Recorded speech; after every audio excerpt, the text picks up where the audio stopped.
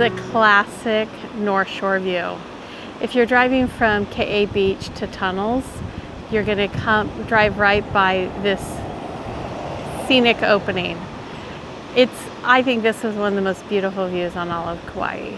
I mean, Kauai is considered the most beautiful of all the Hawaiian Islands, and the North Shore is considered the most beautiful part of Kauai.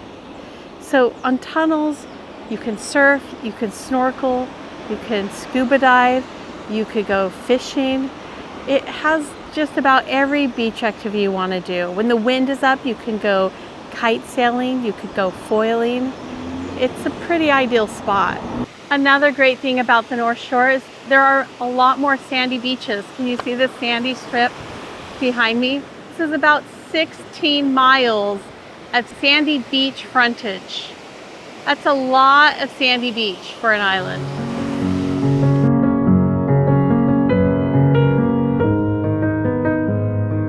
When I talk about where to stay on Kauai, Kapa'a often gets left out, right? It doesn't have the beauty of the North Shore. It doesn't have the guaranteed sun of the South Side, but there is a lot to like about Kapa'a. One of the major attractions is this bike path that we're on. It's about 15 miles long. It goes further south than you think, and it goes further north than you think. There's also there is a VDA in Kapa'a, and it's the strip of condos along the shoreline. Kapa'a is also the most populous town on Kauai. So a lot of people live here. So you have 2 grocery stores, lots of restaurants, lots of activities to do. I know people who come to Kauai, they actually will take the Kauai bus to their condo in Kapa'a, and they never rent a car. They just walk around, which is an option in Kapa'a.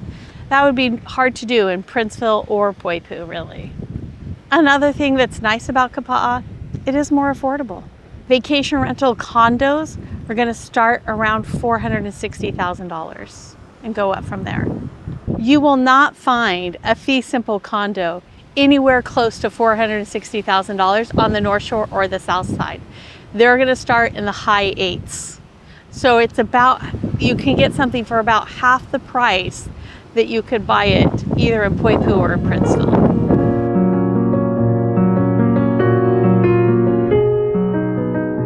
So this is the time we'd scheduled to talk about the pros of the South Side, Poipu and Koloa. And I'm standing in front of Poipu Beach.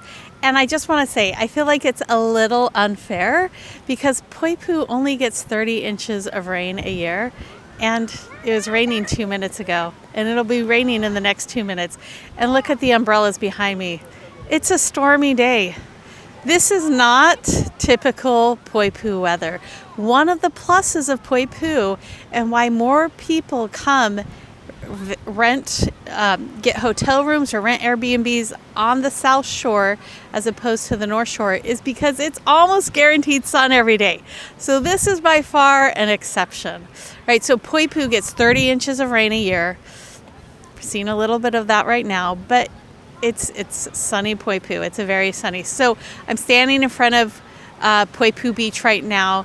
On my right-hand side is Brenneke Beach, this way, which is probably the best boogie boarding beach on the island. There are other good ones, but this one really is phenomenal.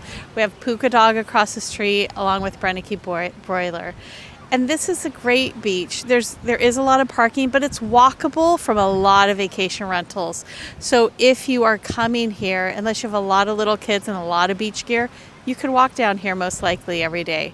If you are cargoing a lot of little kids or beach gear, you probably want to drive. And it's a large parking lot, so you shouldn't have a problem with that.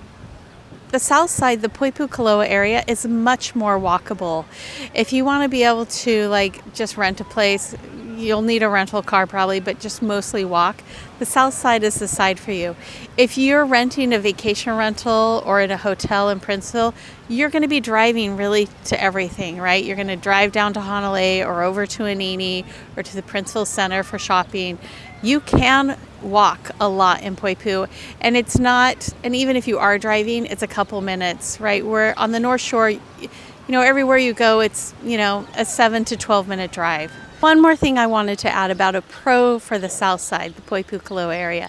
Now this really only applies to vacation rental owners if you're looking to buy an Airbnb.